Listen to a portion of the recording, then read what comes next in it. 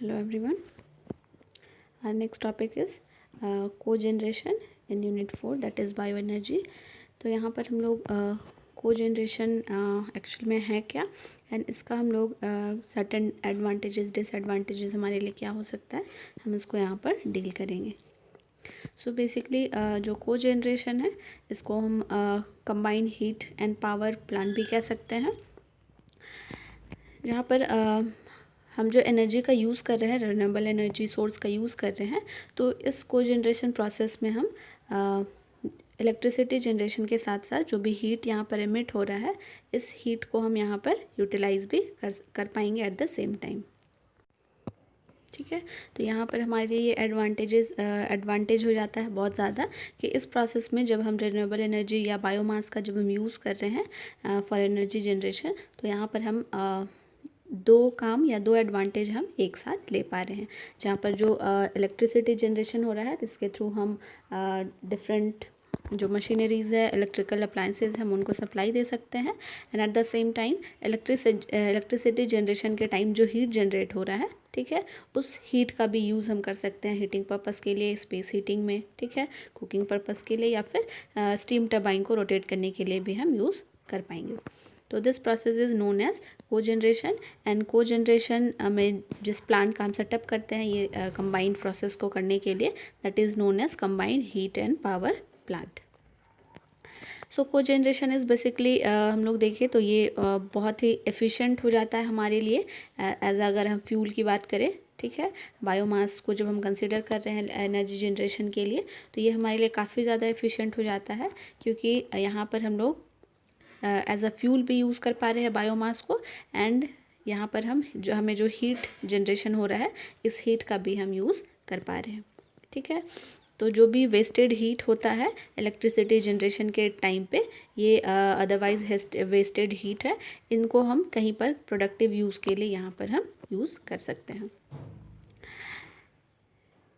ठीक है, so this is also called combined heat and power district heating. तो इसको हम लोग combined heat and power district heating भी इस प्रोसेस को, इसको जनरेशन को, या फिर कंबाइंड हीट पावर प्लांट्स को हम combined heat and power district heating भी कह सकते हैं.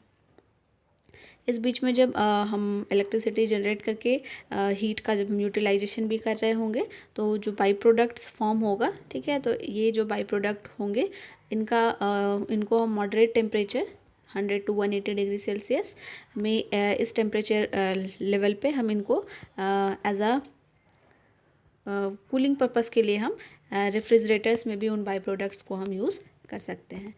ठीक है,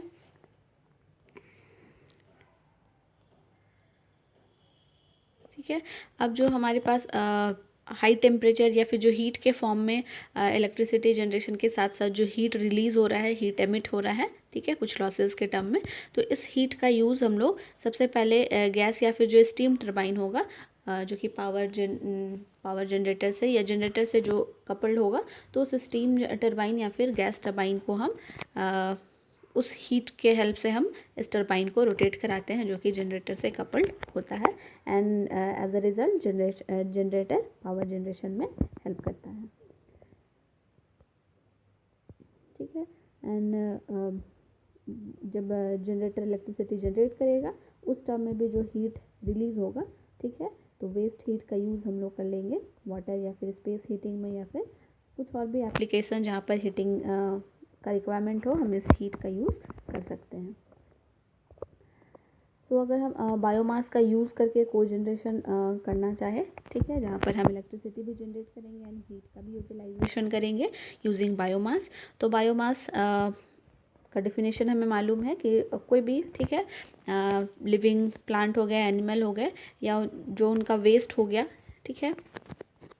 तो ये जो बायो मटेरियल्स है, तो इनका यूज़ करके हम बायोमास का यूज़ करके कोजेनरेशन कर सकते हैं. ठीक है, इसके एग्जांपल में हम बायोमास इस प्रोसेस के लिए, कोजेनरेशन के लिए एज अ बायोमास हम यहाँ पर शुगर केन यूज़ कर सकते हैं, वेजिटेबल ऑयल यूज़ कर सकते हैं, वुड हो गया, ऑर्गेनिक वेस्ट हो गया, ठीक है, और जो भी एग्रीकल्चरल या फूड का जो भी रेसिड्यूज वेस्ट रह गया, तो उनका यूज़ हम कर सकते हैं for cogeneration process. Sugar and alcohol sector में अगर हम पावर को जनरेशन प्रोसेस को देखें तो ये काफ़ी ज़्यादा ग्रो कर चुका है अभी, ठीक है। तो शुगर केन इंडस्ट्री भी काफ़ी ज़्यादा सेटअप हो चुका है। हमने एथेनॉल प्रोडक्शन देखा था जो कि व्हीकल्स में यूज़ हो रहा है। तो इसके लिए शुगर केन इंडस्ट्री का जो सेटअप है वो काफ़ी अच्छी तरीके से हो चुका है। तो यहाँ पर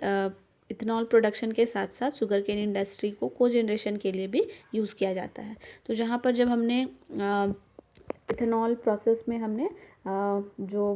प्री ट्रीटमेंट किया था, ठीक है, तो प्री ट्रीटमेंट के बाद जो हमारे पास रेसिड्यूज़ रह गया था शुगर केन का, तो उस शुगर केन का हम लोग यहाँ पर यूज़ कर सकते हैं, ठीक है, जिसे हम शुगर केन बैगीज कहते हैं। तो इसका यूज़ हम यहाँ पर करेंगे फॉर हीट प्रोडक्शन, ठीक है। हीट जनरेशन में उस शुगर केन इंडस्ट्री से निकलने वाला जो वेस्ट होगा उसका यूज़ हम यहाँ पर करेंगे। तो ये हमारे लिए काफ़ी एफिशिएंट हो जाता है कि शुगर केन इंडस्ट्री हम सेटअप करके एथेनॉल प्रोडक्शन भी कर पा रहे हैं एंड साथ ही साथ हम यहाँ पर को जनरेशन प्रोसेस भी कर पा रहे हैं by using the sugar cane residues, ठीक है। तो ये जो हमारे पास शुगर केन रेसिड्यू या फिर जिसे हम शुगर केन बैगीज कहते हैं, तो इसका यूज़ हम लोग शुगर रिफाइनिंग के बाद जब हमारे पास ये रेसिड्यूज़ रह जाते हैं तो इसको बर्न किया जाता है, ठीक है, in the presence of air and steam को प्रोड्यूस किया जाता है, ठीक है। तो after burning sugar cane bagasse we can produce steam and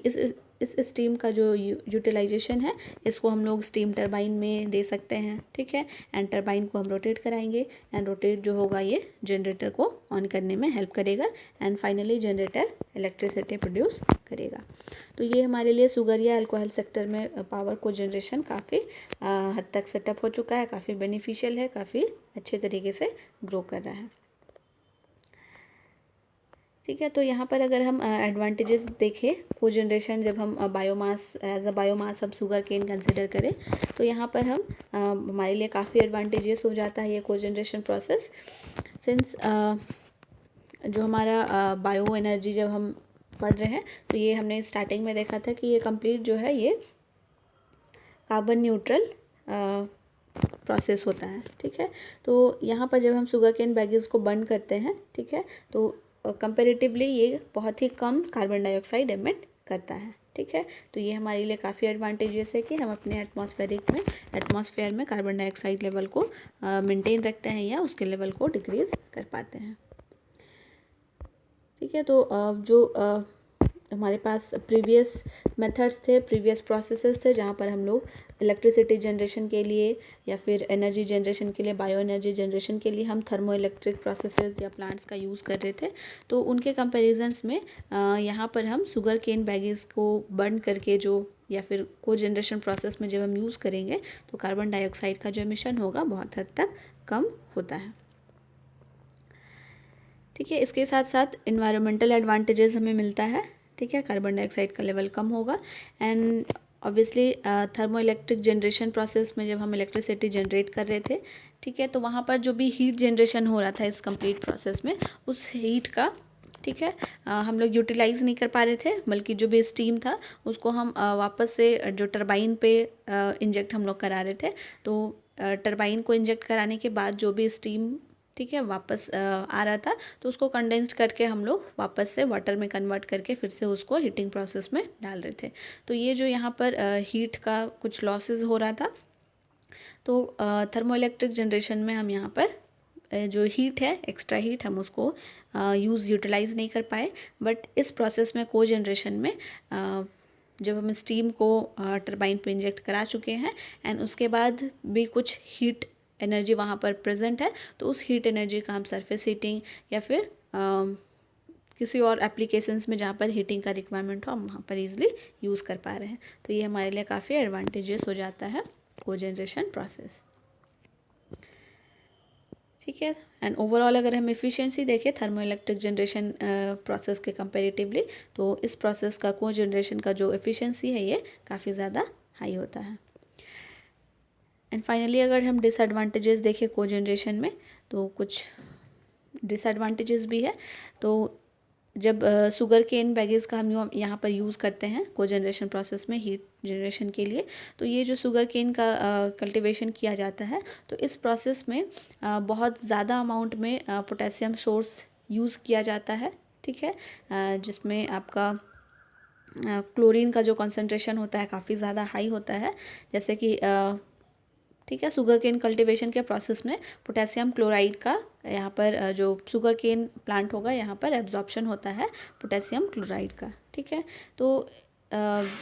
जब ये शुगर केन इसको एब्जॉर्ब कर लेता है, ठीक है, तो जिसमें कि क्लोरीन का जो कंसंट्रेशन है वो काफ़ी ज़्यादा हाई होता है। एंड इस एब्जॉर्प्शन की वजह से जब फाइनली जब शुगर केन बैगेज को बर्न किया जाता है, ठीक है, पावर कोजेनरेशन प्रोसेस में, तो यहाँ पर डाइऑक्सिन्स एंड मिथाइल क्लोराइड का फॉर्मेशन होता है। ठीक है, सिंस जो शुगर केन पोटेशियम क्लोराइड को एब्जॉर्ब कर चुका होता है, तो फाइनली जब हम शुगर केन बैगेज को बर्न करते हैं तो कोजेनरेशन प्रोसेस में, तो यहाँ पर डाइऑक्सिन्स एंड मिथाइल क्लोराइड यहाँ पर एमिट होता है। ठीक है, एंड ये जो डाइऑक्सिन्स है, ठीक है, सब्सटेंस है, इसको बहुत ही टॉक्सिक एंड कैंसरियस नेचर का माना जाता है। ठीक है, तो ये हमारे लिए काफ़ी ज़्यादा हार्मफुल होता है। एंड इसके साथ साथ ये जो आपका सब्सटेंस एमिट हुआ है मिथाइल क्लोराइड, ठीक है, या फिर डाइऑक्सिन्स, ये एमिट होने के बाद ये स्ट्रेटोस्फेयर में रीच करता है। ठीक है, तो एटमॉस्फेयर में ये जब रीच करेगा, स्ट्रेटोस्फेयर में जब जाएगा, तो ये वहाँ पर जो ओजोन लेयर प्रेजेंट है, ठीक है, तो ओजोन लेयर के पास जो भी ओजोन मॉलिक्यूल प्रेजेंट है, उनके साथ ये रिएक्ट करके मिथाइल क्लोराइड जो है ओजोन मॉलिक्यूल के साथ रिएक्ट करके, ठीक है, काफ़ी कैटालिटिक रिएक्शन यहाँ पर होता है इन दोनों के प्रेजेंस में। ठीक है, methyl chloride and ozone molecule के प्रेजेंस में कैटालिटिक रिएक्शन होता है, जो कि रिस्पॉन्सिबल होता है ओजोन लेयर्स के ब्रेकडाउन के लिए। ठीक है, और अभी जैसे हमारे एटमॉस्फेयर में ये सबसे ज़्यादा कंसर्न का टॉपिक है कि जो ओजोन लेयर है अभी डिस्ट्रॉय हो रहा है, तो इस वजह से यहाँ पर भी हमारे लिए ये कोजेनरेशन प्रोसेस में एक डिसएडवांटेज हो जाता है कि ये ओजोन लेयर को ये हार्म कर रहा है। ठीक है, तो इस तरीके से हम यहाँ पर डिफरेंट डिसएडवांटेजेस होने के बाद भी हम इसको इस लेवल को हम रिड्यूस करने में, ठीक है, रिड्यूस करने के लिए हम कुछ ऑप्शंस कंसिडर कर सकते हैं। And due to some advantages हम इसका यूज़ अभी भी कर रहे हैं। ठीक है, कोजेनरेशन हम यहाँ पर ज़्यादा से ज़्यादा एनर्जी को हम यहाँ पर यूटिलाइज कर पा रहे हैं। So this is the process about all about the cogeneration, जहाँ पर हम बायोमास का यूज़ करके या बायो एनर्जी जब हम जनरेट कर रहे हैं, उसके साथ साथ हम इलेक्ट्रिसिटी जनरेट करने के साथ साथ जो एमिटेड हीट है हम उसका भी यूटिलाइजेशन कर पा रहे हैं। तो यहाँ पर हम एनर्जी सेविंग का प्रोसेस हम कोजेनरेशन के हेल्प से कर सकते हैं। So that's all, thank you everyone.